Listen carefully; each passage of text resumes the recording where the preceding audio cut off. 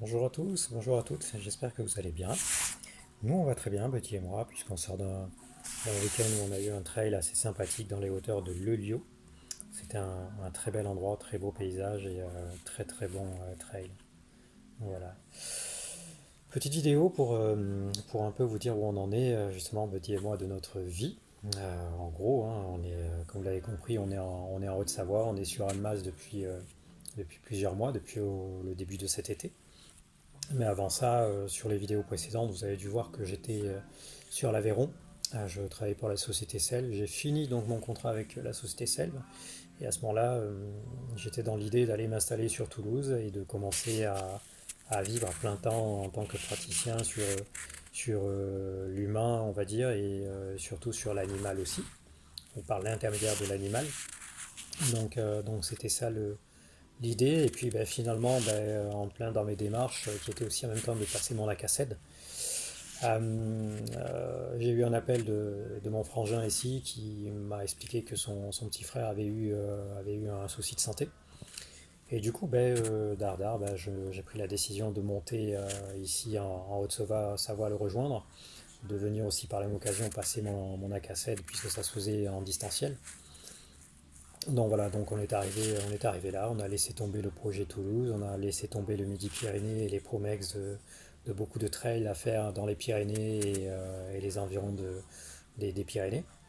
Et, euh, et je ne suis pas déçu de ce choix-là parce que finalement la Haute-Savoie est un endroit magnifique hein, en termes de montagne, en termes de plein de choses. Et c'est juste un bel endroit. En termes de population aussi, c'est intéressant. En termes de culture aussi, c'est un autre level aussi. Surtout qu'on est quand même entouré de pas mal de choses différentes, puisqu'on a d'un côté la Suisse, on a d'un côté l'Italie, et puis on a des populations assez variées, hein, puisqu'on a des gens qui viennent des Balkans, on a des gens qui viennent de la Russie, on a des gens qui viennent de la Suisse, l'Allemagne, l'Italie, on a vraiment de tout, c'est quand même assez cosmopolite. Hein. Et sans oublier les gens de pays d'Afrique, que ce soit d'Afrique noire ou d'Afrique, comme on dit, blanche. Donc donc c'est assez varié culturellement. Donc voilà, donc on s'est installé là, et puis ben, là je sous-loue un studio, parce que les loyers sont très chers ici. Et à côté de ça, ben, je travaille sur une petite commune qui s'appelle Végy, qui est une commune française qui est entourée de villages suisses. Donc c'est aussi intéressant de travailler là-dedans, voilà. Ce qui complète aussi avec ce que je fais en tant que praticien. Et puis voilà, donc c'est aussi tout ça. Et puis ben, la vie de nomade s'est arrêtée, puisque Bumble, je l'ai remis à Inka Soto pour qu'il finisse sa vie tranquillement, parce que je n'avais plus l'envie, j'avais fait le tour entre guillemets de cette vie-là de nomade, ça ne me correspondait plus vraiment, j'avais besoin aussi d'être plus stable, d'être plus posé, d'être sédentarisé hein, tout simplement. Donc ce qui s'est fait, donc j'ai troqué mon Bumble pour une Dacia Sandero. Donc voilà, on est passé de quelque chose de relativement grand et mobile à quelque chose de toujours mobile mais beaucoup plus petit. Donc voilà. Bon, voilà où on en est. Donc, vous voyez, la vie est une chose qui est magnifique parce que ben, tout se transforme, tout change et dans tout changement, ben, il y a des phases d'adaptation, il y a des phases de remise en question, il y a des phases de réapprentissage, ce qui est intéressant aussi et qui est très très agréable. Ça fait plaisir aussi de, de, de revenir, de savoir qu'on a cette capacité-là de se remettre toujours dans le bain. Voilà.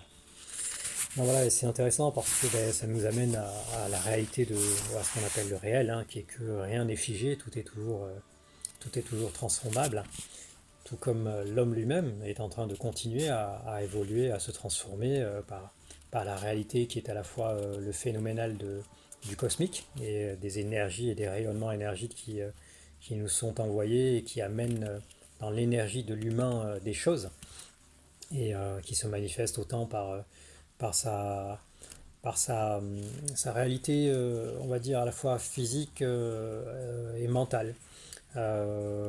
Pour le physique, ça va se voir dans son corps, dans sa santé. Pour le mental, ça va se voir dans son état d'esprit, dans ses phases de fatigue, dans ses phases de dynamique. Donc il y a toutes ces choses-là qui sont intéressantes parce qu'on évolue vraiment, vraiment, quoi, parce que le corps éthérique absorbe tellement de choses Du coup, ça change, et ça secoue, ça remue des fois, on ne sait pas trop comment le gérer, mais croyez que ce n'est que du bon, c'est un peu compliqué parce que selon les capacités de certains, certains vont pouvoir le stabiliser sur un point de vue mental, psychologique, physique et tout le reste, ou d'autres vont être dérangés sur le plan mental, sur le plan physique, sur le plan énergétique, sur le plan de la santé. Mais c'est parce que c'est des réglages qui se font et qui ne sont pas faciles à vivre, faciles à stabiliser. Mais l'humain évolue et tout ce qui est autour de l'humain évolue, hein. Les animaux évoluent, les capacités intellectuelles évoluent, les capacités physiques évoluent. Euh, Tout un tas de choses se fait. Donc effectivement, on peut être secoué dans notre réalité, entre guillemets, hein, dans cette incarnation, dans cette matière, parce que on n'est pas habitué ou simplement ça va plus vite qu'on ne le, on ne le comprend. Mais c'est normal parce qu'il y a une accélération des choses, il y a une accélération des capacités, il y a une accélération des possibilités. Mais maintenant, nous, avec notre bagage qui est souvent très psychologique, très dans l'émotionnel, mais dans l'émotivité de l'être émotionnel, fait qu'on traîne du pied, on ralentit, on ne se laisse pas aller, ou on a du mal à y aller en fonction des bagages aussi que l'on a. Donc oui, effectivement, ça peut être dur pour certains et certaines. Donc voilà, mais quand on commence à abandonner des résistances qui soient mentales, psychologiques, culturelles, sociologiques, moraux, ainsi de suite, ben, ça finit par devenir de plus en plus fluide, de plus en plus simple. Mais c'est pas évident. C'est pas évident parce qu'on est accroché à tellement de choses qu'on ne veut pas lâcher que effectivement ça nous crée des dérangements plus ou moins forts pour chacun. Moi-même personnellement, j'ai vécu ces expériences-là, hein, et même c'est allé même plus loin parce que j'ai croisé plusieurs fois ce qu'on appelle l'astral. J'ai eu des discussions avec la manifestation de l'astral par l'intermédiaire du comportement des gens ou de ce que certains gens me disaient au travers de ce que je suis, au travers de comment je suis et de ce que je fais. Et tout ça, il faut savoir le prendre. On peut en avoir peur et s'enfuir, ou on peut simplement l'entendre, l'écouter et prendre l'information et comprendre que oui, le monde est régi par des règles, par des choses, par des forces, et que ces forces-là, elles aussi, elles font leur job, et au travers de leur job, nous, des fois, on se met, je dirais pas en défaut, pas en obstacle, mais pour faire notre chemin, c'est pas simple, c'est pas simple, mais c'est faisable, donc voilà, et tout ça fait évoluer, et tout ça aussi à apprendre, ne pas être dans le jugement des choses, quoi, hein.